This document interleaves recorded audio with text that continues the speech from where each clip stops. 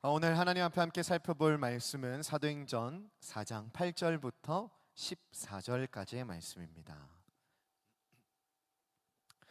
사도행전 4장 8절부터 14절까지의 말씀, 제가 한 절, 여러분들이 한 절 이렇게 교독하며 읽어가다가 14절은 함께 읽겠습니다.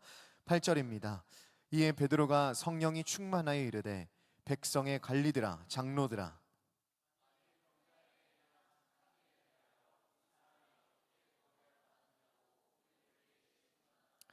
너희와 모든 이스라엘 백성들은 알라.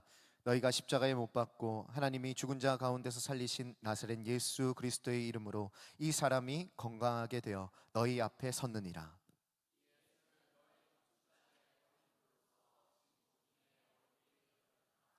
다른 이로서는 구원을 받을 수 없나니 천하 사람 중에 구원을 받을 만한 다른 이름을 우리에게 주신 일이 없음이라 하였더라.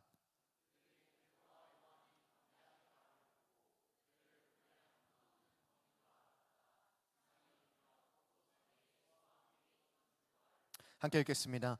또 병 나은 사람이 그들과 함께 서 있는 것을 보고 비난할 말이 없는지라. 아멘. 오늘도 유에이브 워십에 오신 모든 분들 환영하고 축복합니다. 우리 함께 인사하면서 시작했으면 좋겠습니다.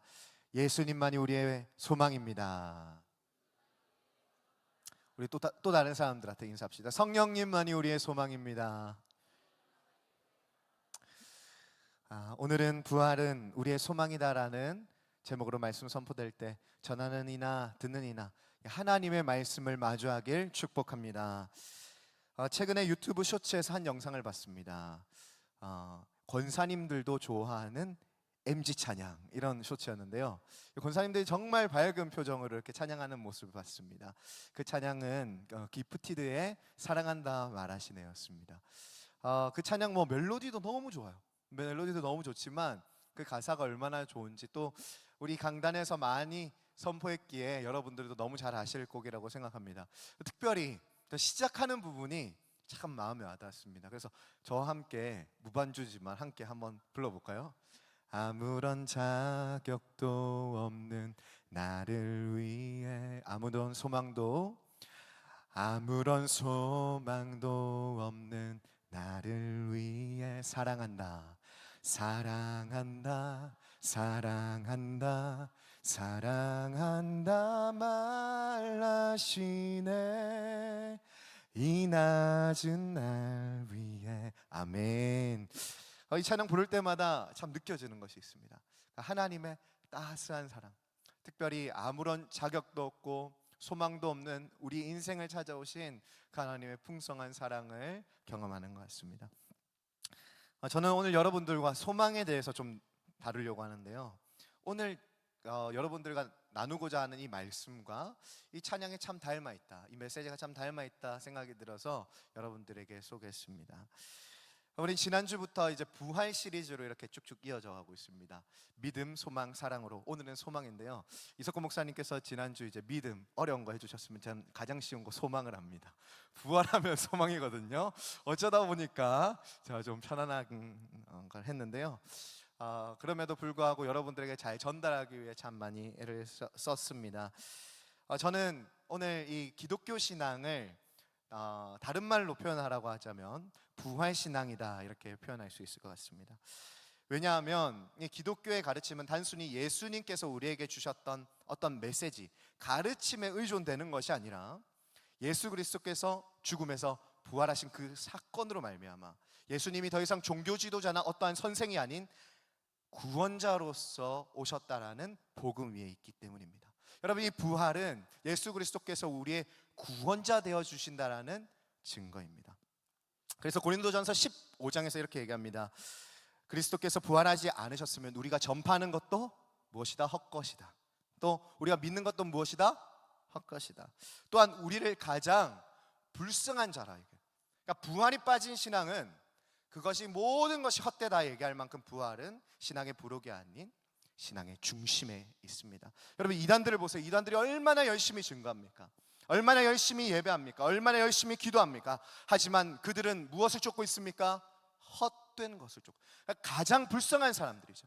그러면 예수 그리스도를 따른 우리 가운데도 우리 신앙에 만약에 부활이 빠졌다면, 오늘 말씀에 근거한다면 하나님을 온전히 따르고 있는 것인지 아닌지 되돌아보는 중요한 기준점이 된다.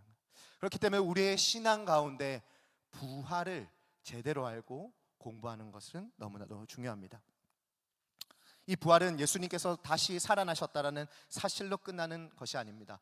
굉장히 중요한 것은 부활은 오늘 우리의 삶 가운데서도 매우 실제적이고 매우 구체적으로 역사되어지고 있다는 것입니다. 그래서 베드로전서 1장 3절에서는 이렇게 얘기합니다. 예수 그리스도의 그 소망이 살아있는 소망이라고. 죽어버린 소망이 아니라 살아있는 리빙 홉이라고 우리에게 소개합니다. 특별히 또 에베소서 2장에서는요, 예수님께서 다시 살아나는 그 사건이 죄로 말미암아 죽을 수밖에 없었던 우리의 영혼이 예수님께서 사셨듯 우리도 살게 되어진 기적의 사건이다, 이걸 합니다. 즉, 이 부활은요, 예수님의 사건임과 동시에 성도의 미래와 과거의 모든 것이 묶여 있는 그 우리의 삶을 바꾸는 사건이라는 것입니다. 단지 과거의 기적이 아니라 오늘 우리의 존재와 삶의 방향을 바꿔놓는 하나님의 능력. 특별히 이 부활은요, 많은 유익을 줍니다. 정말 많은 유익을 주는데 그 중에서도 소망이라는 키워드를 여러분들과 함께 살펴보려고 합니다. 자, 그렇다면 소망이 무엇일까요? 소망이라는 것은 무엇일까? 소망은 조금 힘들고 어둡더라도 결국에는 잘 될 거라는 기대라든지 믿음을 가리켜 소망이다, 이렇게 얘기할 수 있습니다. 그래서 우리가 주식 투자할 때도 소망을 품고 하죠. 어떤 소망이요? 돈을 많이 벌 거라는 소망보다도 이 회사가 내 기대를 저버리지 않을 만큼의 가치가 있다라는 소망을 가지고 우리는 투자를 할 겁니다. 주식 투자뿐만이 아니라 우리 많은 부분에서 사실 소망을 두고 살아가요. 소망이 없으면 우리는 거기에 투자하거나 또 우리가 열정을 쏟거나 우리 힘을 쏟지 않습니다. 예를 들어서 우리 시험 기간에 있는 우리 학생들을 예를 들어 봅시다. 시험 기간에 있어가지고 사람들이 좀 많이 빠진 것 같아요. 지금 대학생들이 시험 기간이라고 하죠. 여러분, 이 시험 기간에 공부하는 거 얼마나 힘듭니까? 얼마나 피곤합니까? 당장 놀러 가고 싶습니다. 이 시험 기간에 모든 게 재밌어요. 숨 쉬는 것까지 재밌습니다. 그런데 우리가 책 펴는 이유가 뭐예요? 내가 이 시간을 버티고 견디면 어떻게 돼요? 내 인생이 결국 잘 될 거라는 기대. 그걸 가리켜서 우리는 소망이라고 이야기할 수 있어요. 연애도 마찬가지예요. 여러분, 연애를 하다 보면요, 정말 부족한 저를 발견해요. 뭐냐면 내가 가장 사랑하기로 결단한 이 자매 형제도 끝까지 사랑하지 못해요. 얼마나 열받게 하는지. 그럼에도 불구하고 어떻게 해요? 끝까지 관계를 유지할 수 있는 것은 뭐예요? 이 사람이 결국 나한테 잘해줄 거다, 나만 사랑해줄 것이고 나에게 허락한 하나님의 배필이다, 이런 소망이 있어야 관계를 유지하겠죠. 아무리 나한테 잘해주고 맛있는 거 해주고 맛있는 거 갖다 주더라도, 왜 먹는 것만 얘기하는지 모르겠지만 아무리 잘해주더라도 이 사람이 나의 사람이라는 소망이 없으면 우리는 관계를 유지하지 못합니다. 이런 의미에서 소망은 우리가 원하는 길에 원하는 방향대로 일이 풀릴 거라는 기대. 또 참 이 소망이라는 것은요, 사람이 힘들고 어려울 때 버티게 하는 생명줄과 같은 것이다 라고 정의할 수 있습니다. 그런데 이 부분에서 우리는 세상이 말하고 있는 소망의 한계를 발견합니다. 그것은 뭐냐면, 만약에 시험을 망치거나 내가 기대했던 결과를 얻지 못하게 된다면 꼭 인생을 망친 것만 같은 기분이 든다는 것이죠. 인생은 소망이 없다, 이런 생각을 하기 마련입니다. 내가 감당하기 어려운 큰 위기를 만나면 우리가 붙들고 있었던 이 소망이 무너집니다. 내가 이겨낼 수 있는 고난이라고 생각하면 그 속에서 소망을 발견하지만 전혀 그렇지 못한 상황에서는 소망보단 절망을 더 쉽게 품게 되는 거예요. 그러니까 세상이 말하는 소망의 한계예요. 그래서 우리는 이 세상에서 여러 가지 대안에 대해서 교육받았습니다. 성적을 올리면 더 잘 될 거라, 취업하면은 더 소망 있는 삶이 될 거라, 관계가 풀리면 더 좋아질 거다. 세상은 커리어를 쌓고 쌓는 일로 우리의 소망찬 인생을 기대하라고 합니다. 여러분, 이것도 정말 중요한 가르침이죠. 성경 역시 우리에게 부지런하라 말씀하기에 우리 역시 우리의 개인의 것을 최선을 다해서 준비하는 일들이 중요합니다. 하지만 이러한 소망은 우리의 큰 위기 앞에 흔들릴 수밖에 없는 소망이에요. 왜냐하면 이런 소망은 우리가 잘 될 것, 우리의 상황에 의존할 수밖에 없기 때문에. 세상 사람들도 이러한 것들을 알고 있습니다. 한계가 있다는 것을. 하지만 어쩔 수가 없어요. 왜냐하면 이 세상에요, 흔들리지 않는 소망은 없거든요. 그걸 세상 사람들도 압니다. 그럼에도 불구하고 이들이 이것을 잡을 수밖에 없는 것은 이것을 최선으로 여길 수밖에 없는 거예요. 차선 중에 최선으로 여길 수밖에 없는 거예요. 하지만 성경에서 말하는 소망은 다른 줄 믿습니다. 왜냐하면 내 상황이 좋아질 것에 포커스가 맞춰져 있지 않기 때문에.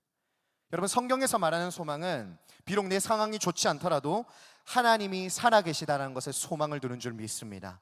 예수 그리스도께서 죽음을 이기시고 부활하셨다는 그 절대 진리, 그 능력의 하나님께서 내 인생의 처음과 마지막까지 붙잡아 주실 거라는 그 흔들리지 않는 사실이 우리를 흔들리지 않는 소망으로 인도하는 줄로 믿습니다. 성경의 소망은 상황 중심적인 것이 아니라 예수 중심적인 거예요. 그래서 상황이 좋아질 때마다 우리가 기대하는 것이 아니라 상황이 흔들려도 사라지지 않는 소망, 예수 그리스도께서 부활하신 그 사건을 통해서 내 인생도 역전될 것이라는 소망이 이 부활 소망, 예수 중심의 소망이라는 거예요. 제가 이번 주에 이제 여러 신방들을 하면서 한 지체 이야기를 들었습니다. 이 지체는 이제 교회를 나오기 전에 너무 힘든 삶을 살았어요. 그 삶을 들어보면은 참 어떻게 버텼나 싶을 정도로 힘들게 살았어요. 그래서 어쩔 수 없이 무얼 할까 하다가 마지막 그 액션으로 교회 문을 두드렸어요. 근데 교회 문에 두드리고 2개월 동안 신앙생활을 했는데 아직까지도 그 삶이 바뀐 게 없는 거예요. 이분은 저한테 하는 얘기가 그 상황이 바뀔 줄 알았다는 거예요. 예수님 잘 믿으면 내 상황이 바뀔 줄 알았는데 아직 제 상황은 목사님 하나도 바뀌지 않았어요. 그렇게 하면서 마음 아파하는 것을 들었습니다. 그런데 또 다른 청년을 신방했습니다. 이 청년은 어떻게 보면 이 형제보다 더 힘든 상황에 있었어요. 육체적으로나 경제적으로나 수많은 부분에서 굉장히 힘든 상황. 그래서 이 지체의 전화를 들으면 제가 하던 일도 멈추고 야, 지금 일할 때가 아니다, 기도할 때다 해가지고 기도를 해야 할 만큼 심각한 상황이 있습니다. 그런데도 이 지체는 그렇게 얘기해요. 목사님, 그런데요, 예수님이 소망이 되어주십니다. 예수님 때문에 제가 버텨요. 제가 예수님 때문에 살아있어요 라고 해요. 여러분, 오늘 이 자리에 나온 여러분들에게 후자의 은혜가 있기를 축복합니다. 여러분, 여러분들의 믿음의 눈이 열려야 해요. 같은 상황일지라도 해석하는 방향이 달라져요. 근데 이 해석은 바로 우리가 부활에 근거되어야 돼요. 우리의 상황이 아닌 부활에 근거하여 여러분 절대 흔들리지 않는 소망을 찾는 오늘 이 시간 되길 축복합니다. 특별히 오늘 본문에서는 그러한 소망의 실제적인 힘이 얼마나 잘 드러나고 있는지 나타내 보여주고 있습니다. 사도행전 4장 1절부터 4절 우리 한 목소리로 읽겠습니다. 시작. 사도들이 백성에게 예수 안에 죽은 자의 부활이 있다고 백성을 가르치고 전함을 시라하여 그들을 잡음에 날이 이미 저물었으므로 이튿날까지 가두었. 말씀을 들은 사람 중에 믿는 자가 많으니 남자의 수가 약 5천이나 되었더라. 아멘. 여러분, 오늘 본문에서는요 굉장히 심각한 위기가 등장합니다. 베드로와 요한이 큰 위기에 맞이했어요. 이 4장 바로 전인 3장에서 어떤 사건이 있냐면 성전 미문에서 베드로와 요한이 안전뱅이를 일으키는 사건이 등장합니다. 여러분 눈앞에 갑자기 안전뱅이가 일어섰다 생각해 보십시오. 어떻게 반응할까요? 우와, 대박 이러면서 사람들이 막 몰리겠죠. 야, 저 사람이 일어났대. 많은 사람들이 모이기 시작했습니다. 그때 베드로와 요한이요 이 때를 놓치지 않고 믿음으로 선포합니다. 오늘 이 치유의 역사는 우리가 한 일이 아닙니다. 당신들이 죽였지만 하나님께서 다시 살리신 예수 그리스도, 십자가에 달리셨지만 다시 살아나신 그 예수께서 오늘 이 사람을 살리셨습니다. 이렇게 선포한 거예요. 자, 여기까지는 너무 좋았어. 그런데 여기서 문제가 발생합니다. 그것은 종교 지도자들, 그 당시의 권력가들이 이 문제를 문제로 삼기 시작했던 거예요. 그래서 이 베드로와 요한을 딱 붙잡습니다. 그리고 감옥에 넣고 그 다음 날까지 기다리게 해서 그 다음 날에 재판을 합니다. 사실 이 종교 지도자들이 불편했던 것들이 있습니다. 첫 번째로는 안진뱅이가 일어난 것만으로도 불편했어요. 그런데 두 번째 더 불편했던 것은 뭐냐면 안진뱅이가 일어난 뒤에 예수 그리스도의 부활을 선포하고 있었다는 것이에요.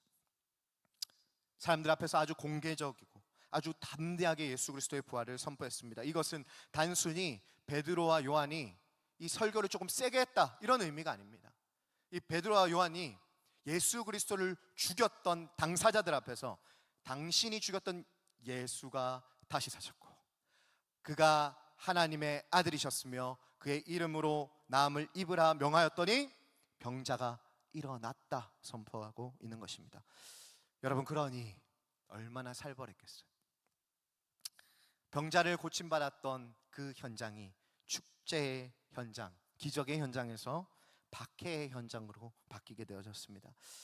여기서 이 베드로와 요한이 체포를 당했는데요, 이 체포는 단순한 체포가 아닙니다. 잘못하면은 예수님처럼 십자가를 져야 하는 체포였어요. 더 큰 처벌로 이어질 수 있었습니다. 사역이 여기서 끝날 수 있는 큰 사건이었어요. 특별히 베드로에게는요, 이 사건이 처음이 아니었습니다. 베드로에게 PTSD가 오는 그런 장면이었어요. 예수님이 잡히셨던 그날 밤도 똑같았기 때문에, 그랬기에 이 상황이 좀 곤란한데 이 정도는 넘어갈 수 있는 사건이 아니었어요. 베드로와 요한 그러한 두려움을 안고 감옥에 갇히고 다음 날까지 기다립니다. 자, 그 다음 날 어떻게 반응하고 있는지 5절부터 10절까지 우리 함께 읽도록 하겠습니다. 시작.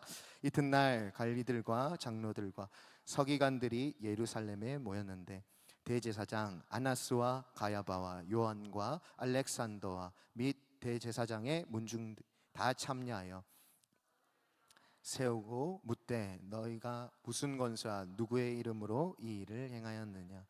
이에 베드로가 성령이 충만하여 이르되 백성의 관리들과 장로들아, 만일 병자에게 행한 착한 일에 대하여 이 사람이 어떻게 구원을 받았 오늘 우리에게 질문하다면 너희와 모든 이스라엘 백성들은 알라. 너희가 십자가에 못 박고 하나님이 죽은 자 가운데서 살리신 나사렛 예수의 이름으로 이 사람이 건강하게 되어 너희 앞에 섰느니라. 아멘.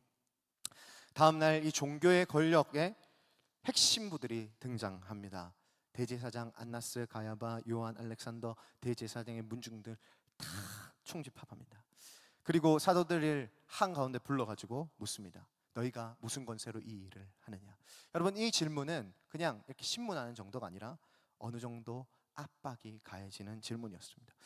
그럼에도 불구하고 베드로와 요한, 오늘 본문에서 나오는 것처럼 기죽지 않습니다. 8절에서 이와 같이 얘기하는데요, 이에 베드로가 성령이 충만하여 이르되. 여러분, 베드로는 얼어붙지 않았어요.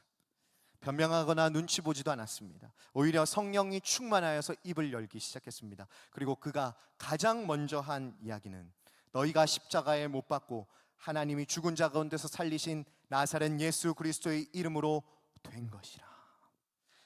여러분, 베드로와 요한은 감옥에서 다음 날 어떤 일이 일어날지 참 많이 고민했을 것입니다. 그리고 어떻게 대답해야 할까 생각했을 거예요.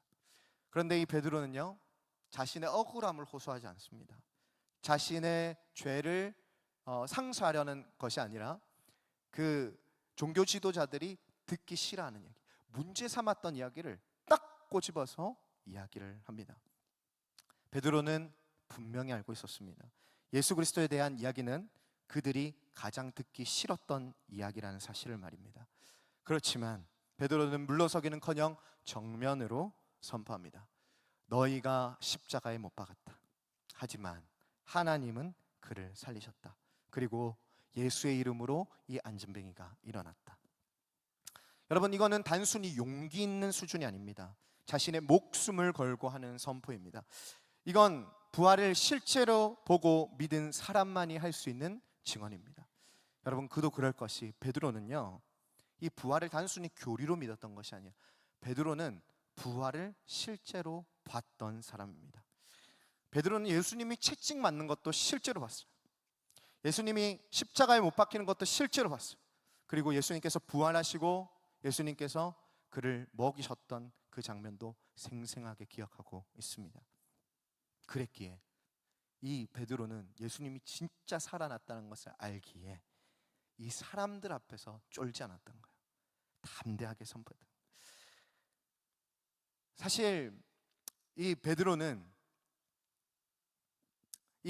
그래서 이 베드로에게 이 부활은 예수님께서 다시 살아나셨다는 사실만으로 끝나는 것이 아니라 부활이 죽음까지 역전하셨던 역전의 하나님을 보는 증거, 마크였어요. 그래서 사람이 끝났다고 말하는 그 자리에서 이 부활을 생각하기만 해도 맞아, 예수님께서 십자가에서 부활하셨지, 그 사건을 기억하기만 해도 이 사건까지도 하나님께서는 역전하실 수 있을 거야 라는 소망을 가졌던 것입니다.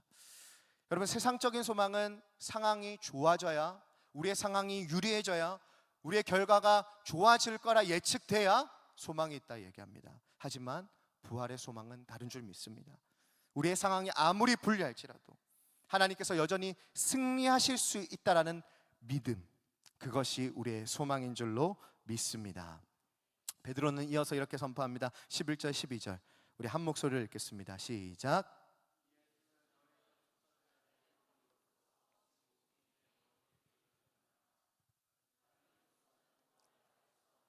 천하 사람 중에 구원을 받을 만한 다른 이름을 우리에게 주신 일이 없음이라 하였더라. 아멘.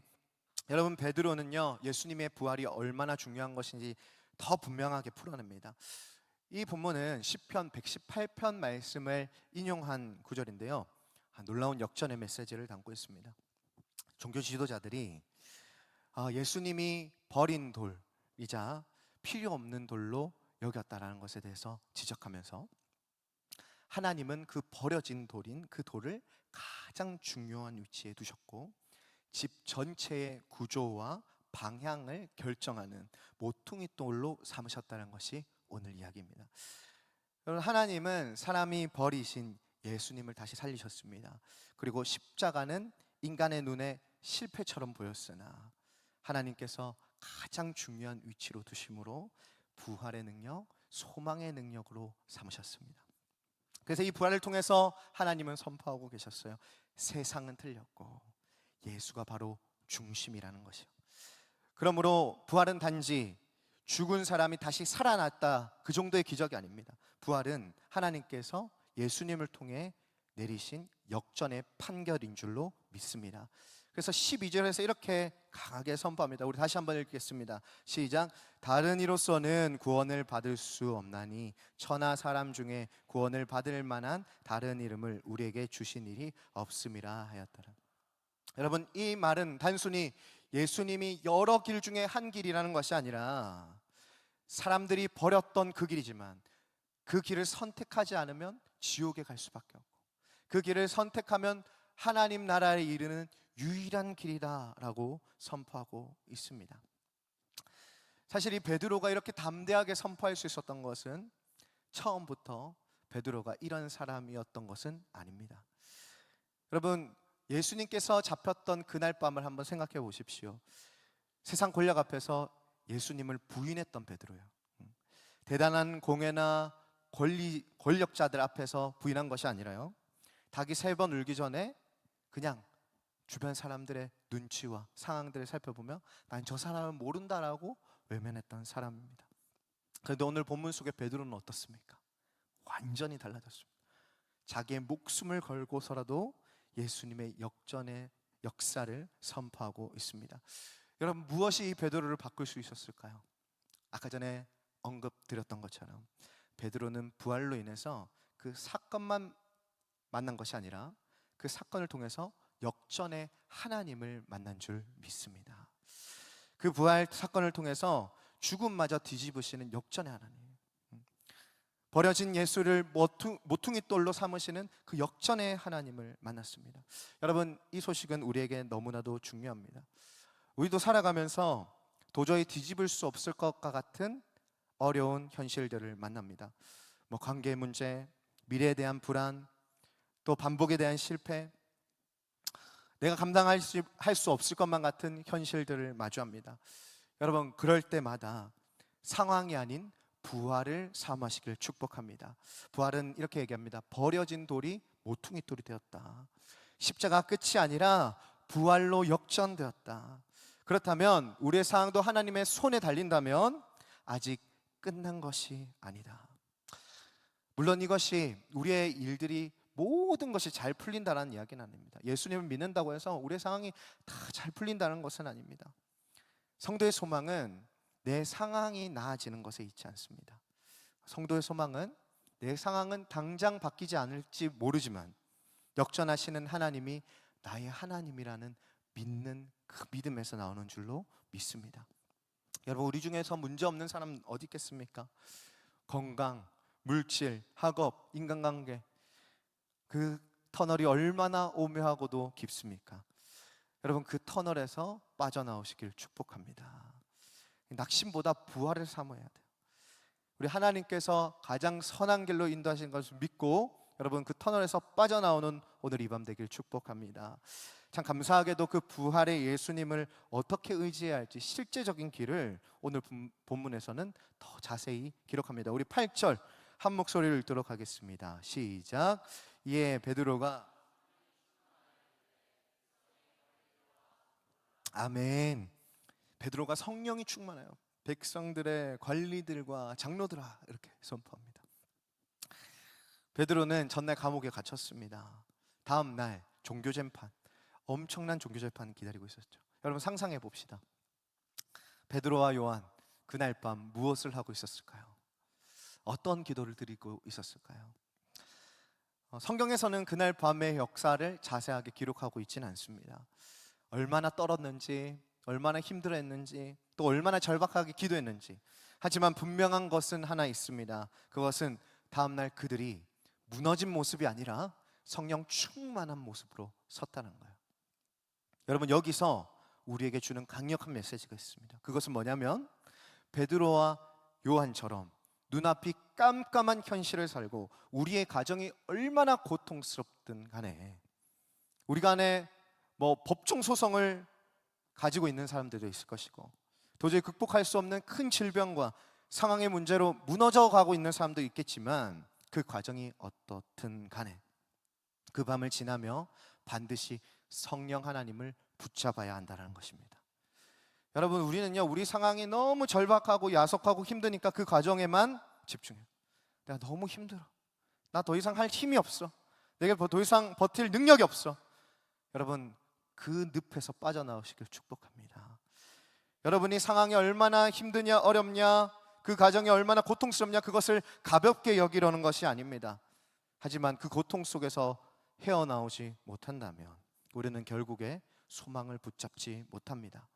그래서 오늘 본문은 고통스러운 밤보다 마주하게 될 아침, 그 아침에 우리가 어떠한 모습으로 서 있는가에 집중하고 있습니다. 문제는 성령 충만할 때 회복되어질 줄로 믿습니다. 왜냐하면 우리 하나님은 전능하신 하나님이에요.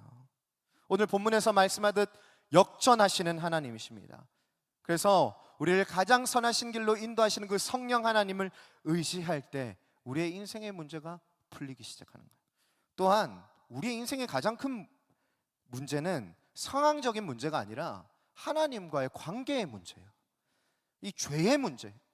여러분들이 우울하고 분노하고 질투하고 고통스러워하는 것이 여러분들의 상황이 나아진다고 해서 나아지는 것이 아니에요.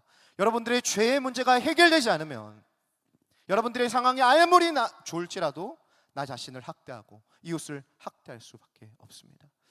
하지만 반대로 우리의 상황이 아무리 고통스럽더라도 내가 하나님 앞에서 정결해지고 거룩해지기 시작하면 우리의 인생의 이 문제들이 하나님께서 역사하실 뿐만 아니라 우리의 삶의 선한 영향력으로 인하여서 돌파되어질 줄로 믿습니다.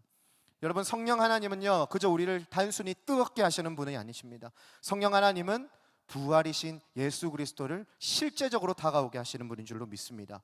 멀게만 느껴지는 그 부활, 멀게만 느껴지는 하나님의 사랑, 멀게만 느껴지는 그 그리스도의 은혜가 우리의 삶에 실제적으로 다가오게 하시는 분이 누구다? 성령 하나님이다.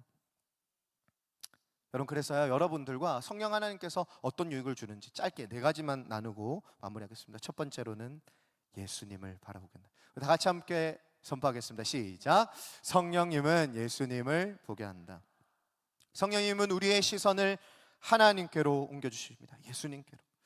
지금 보이는 문제나 상황, 그것이 아니라 강하신 오른팔로 붙잡아서 하나님께서 부활하셨던 그 사건 앞에 우리를 놓아주십니다. 여러분, 어려운 상황 가운데 돌파하고 계시지 못합니까? 한계에 부딪히고 계세요? 예수님을 바라봐야 한다는 것은 머리로는 알지만 내 전인격적으로 반응이 되어지지 않는다면 여러분, 의지로 돌파하려는 것이 아니라 성령 하나님을 의지해야 될 줄로 믿습니다. 우리 둘째 함께 선포하겠습니다. 시작. 성령님은 무너진 마음을 붙들어 주신다. 여러분, 성령님은 우리의 문제를 즉시 없애주시는 방식으로만 일하지는 않습니다. 그렇게도 하시지만 오히려 무너질 자리를 버티게 하세요. 그래서 베드로와 요한도 여러분, 감옥에서 하나님께서 꺼내주신다던가 아니면 그 재판을 없애주신다거나 그렇게 현실적인 문제를 없애줄 수도 있었겠지만 그렇게 하지 않으세요. 그저 그 가운데서 이길 수 있는 힘을 주세요. 특별히 그들의 믿음의 눈을 여셔서 이 문제 앞에 내가 외톨이가 아니구나, 전능하신 하나님께서 나와 함께 계시구나라는 것을 발견하게 하시는 줄로 믿습니다. 세 번째 함께 선포합시다. 시작. 성령은 우리에게 해답을 주신다. 여러분, 우리 같은 현실 속에 있더라도 어떻게 해석하느냐가 다른 줄로 믿습니다. 성령님은 소망 없는 우리의 인생까지도 역전으로 해석시켜 주실 거예요. 바라기는 오늘 이 밤 우리의 인생을 성령님을 통해서 조명받고 성령님을 통해서 해석하시기를 축복합니다. 여러분들의 죄의 문제, 삶의 작은 문제, 그리고 여러분들이 하나님 앞에 품고 있는 오래된 기도 제목 모두 다 성령님께 가져가세요. 성령님께서 해석해 주시고 해결해 주실 줄로 믿습니다.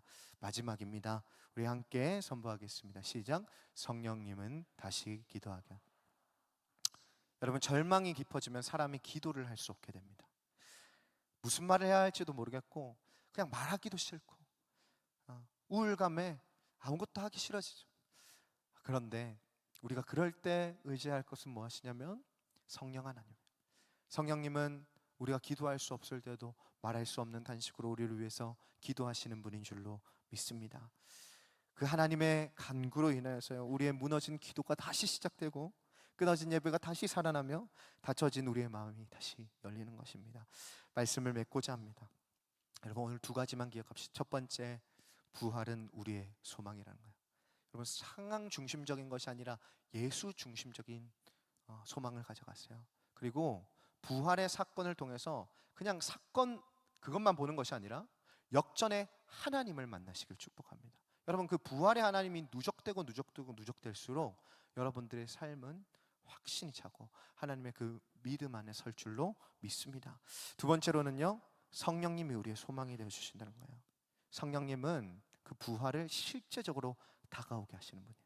그리고 성령님은 무너진 우리의 마음을 붙들어 주시는 분이에요. 성령님은 우리의 인생의 해답과 해석을 허락하세요. 성령님은 우리의 기도를 다시 시작하게 하시는 분인 줄로 믿습니다. 우리 지난주에 석훈 목사님께서 부활에 대한 믿음을 가지고 있으면 살려달라고 이렇게 간구하는 거라고 얘기했어요. 저도 참 이번 한 주간 그렇게 기도 많이 했어요. 하나님 살려주세요, 살려주세요. 신방 전화를 받을 때마다 정말 일을 할 수 없을 정도로 그냥 지금 일을 할 때가 아니라 기도할 때구나, 일을 제쳐두고 기도를 할 만큼 어려운 지체들의 삶을 들었습니다. 여러분, 정말 예수님께서 우리의 삶을 역전시킨다는 믿음 있는 사람은요, 오늘 이 시간 하나님 앞에 살려달라고 부르짖는 사람들이에요. 그 성령 하나님 앞에 여러분들의 문제를 다 맡기는 사람들이에요. 바라기는 오늘 우리 찬양하고 기도할 때요, 그 하나님 앞에 여러분들의 문제를 맡깁시다. 그리고 여러분들의 인생의 소망을 찾기를 축복합니다. 우리 같이 함께 찬양합시다.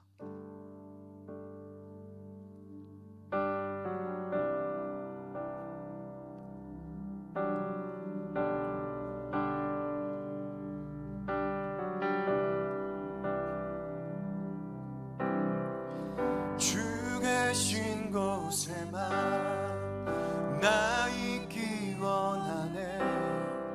주 계신 곳에만 나 있기 원해. 주 사랑 안에 주 계신 곳에만 나 있기 원하네.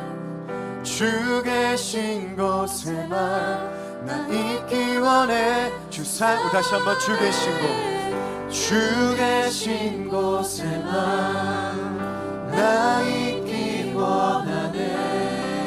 주 계신 곳에만 나 있기 원해. 주 사랑 안에 주 계신 곳에만 나 있기 원하네.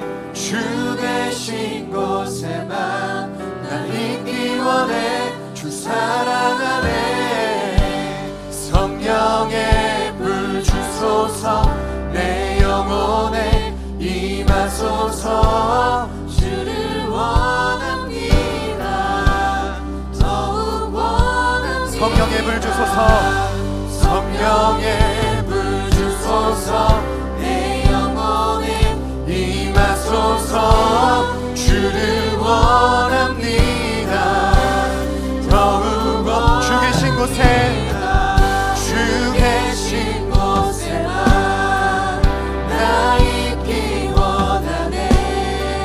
주 계신 곳에만 나 있기 원해. 주 사랑 안에 주 계신 곳에만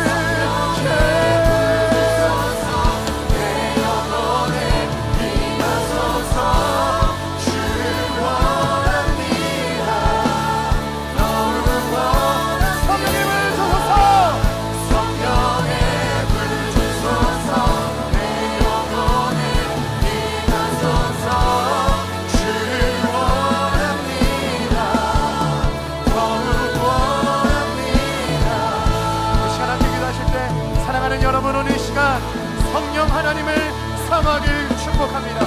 이 성령의 불은 우리 안에 못된 것들, 썩어진 것들을 불태울 줄로 믿습니다.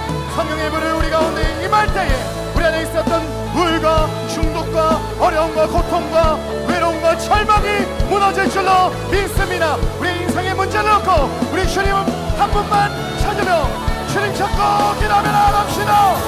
주여,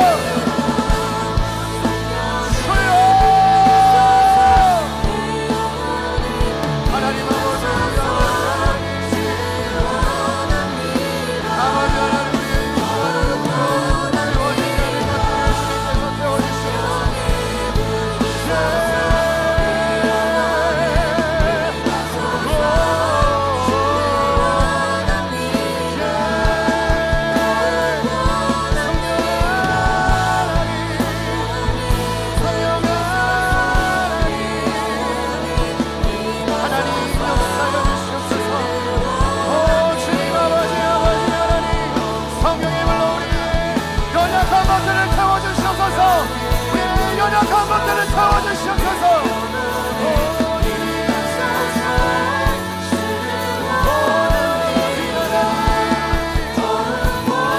성령의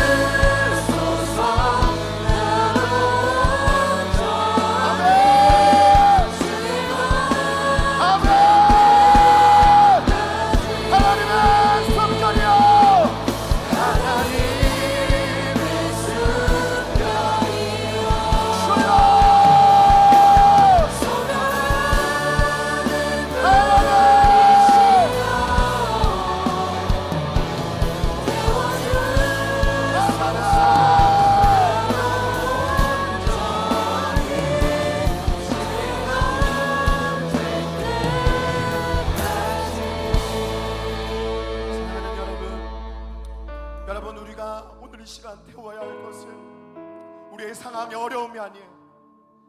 여러분, 상황이 풀린다고 해서 우리의 죄성이 우리를 행복하게 하지 못합니다.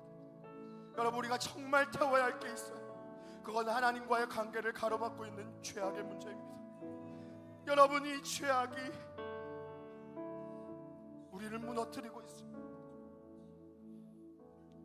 여러분, 불굴의 상황에서도 하나님이 정말 살아계신다는 것이 우리 심령 가운데 새겨진다면, 여러분, 우리 심령에 소망이 있어요. 여러분, 세상이 여러분들에게 너에게 이 문제는 장애와 같은 거야, 사라지지 않을 거야, 그렇게 우리를 비난할지 모릅니다. 여러분, 우리 중에 절박하지 않은 사람은 어디에 있습니까? 근데 성령 하나님과의 관계가 회복되면 이것이 회복될 줄로 믿습니다. 여러분, 성령의 불 앞에 우리가 극복하지 못할 이 문제를 다 태워버립시다. 하나님, 나는 이 문제를 해결할 수가 없습니다. 이 문제를 극복할 수가 없습니다. 성령님, 태워주시옵소서, 회복시켜 주시옵소서. 우리 주님 찾고 기도합시다.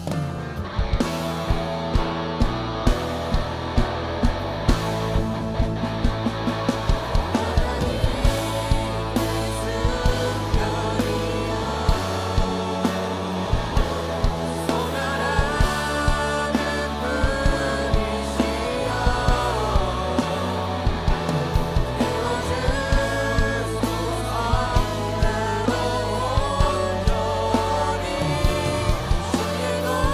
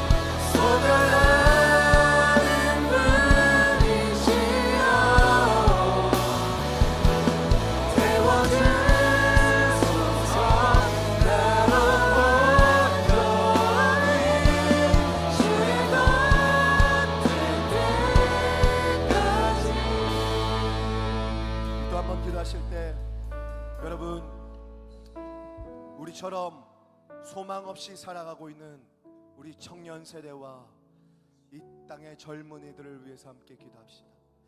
여러분, 이들은 거짓된 소망에 목숨 걸고 살아가고 있습니다. 참된 소망이 무엇인지 몰라서 그것이 불완전한 소망이라는 것을 알지만 어쩔 수 없이 그거 붙잡으면서 살아갑니다. 여러분, 그 예수 그리스도의 역전의 소망이 그들에게 전달되어지기를 원합니다. 여러분, 이 땅의 젊은이들 하나님 긍휼히 여겨주시옵소서. 그들이 소망이 없어 술과 마약과 수많은 죄악들 가운데에 그들의 인생과 시간을 허비합니다. 하지만 그것의 마지막은 결국엔 그들을 갉아먹고 죽이고 도둑질시키는 것임을 하나님 그들도 알지만 빠져나오지 못하고 있습니다. 하나님, 우리가 그들을 위해서 기도해야 할 줄로 믿습니다. 이 땅의 젊은이들 가운데 하나님의 그 사랑의 숨결이 전달되게 하여 주시옵소서. 그 소망되어 주시는 예수 그리스도께서 그들의 인생을 붙잡아 주시옵소서. 우리 주님 찾고 기도합시다. 주여,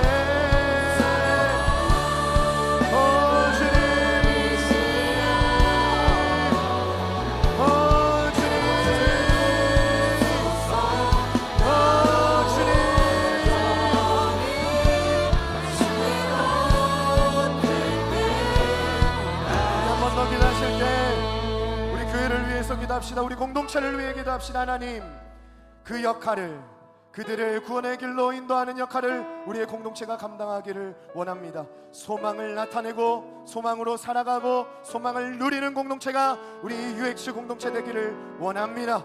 하나님, 이 죽어가는 세대에 우리를 마지막 불씨로, 소망의 불씨로 사용하여 주셔서 그들에게 복음을 증거할 뿐만 아니라 예수 그리스도를 경험케 하는 믿음의 요람이 되게 하여 주시옵소서.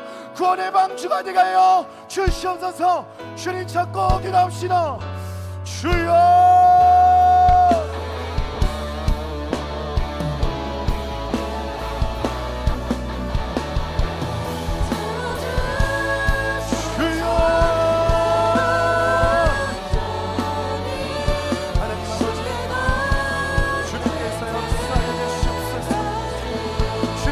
역사하여 주시옵소서.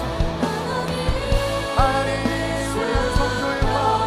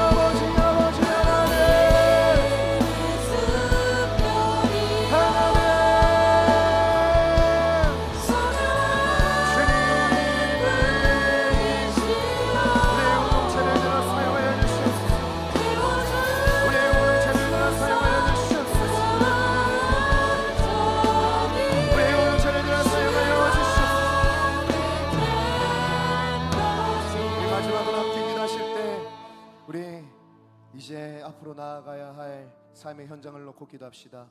여러분 딱 하나만 하면 됩니다. 성령 충만하기만 하면 돼요. 성령 충만함만 의지하면요 하나님께서 해결해 주시는 거예요. 우리가 우리의 삶에 소망이 없는 것은 내 힘과 능력으로 하려고 했기 때문입니다.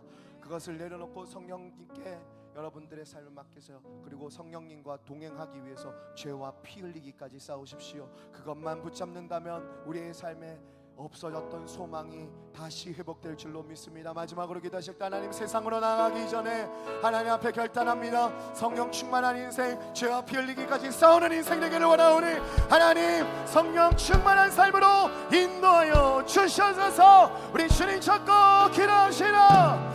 주여 주여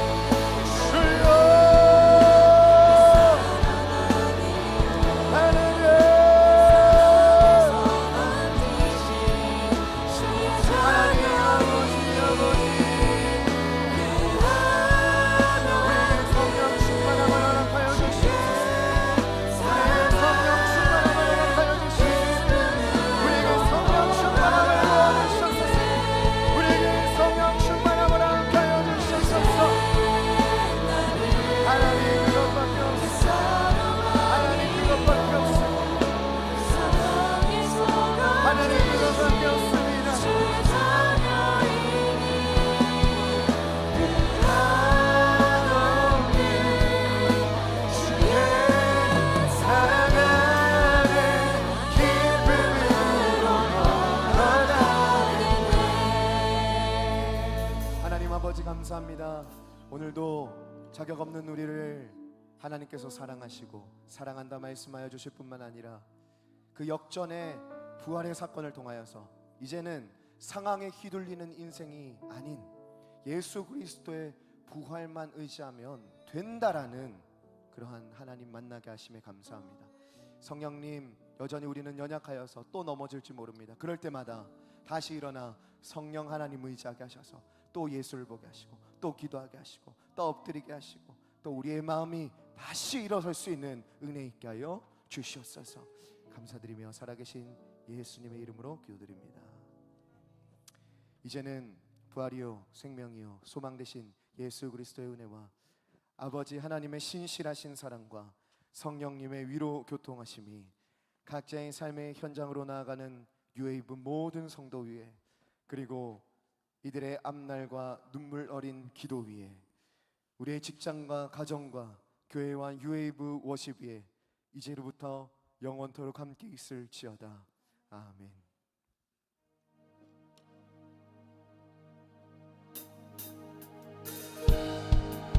예배가 모두 마쳤습니다. 부활의 소망으로 한 주 살아내시길 소망합니다.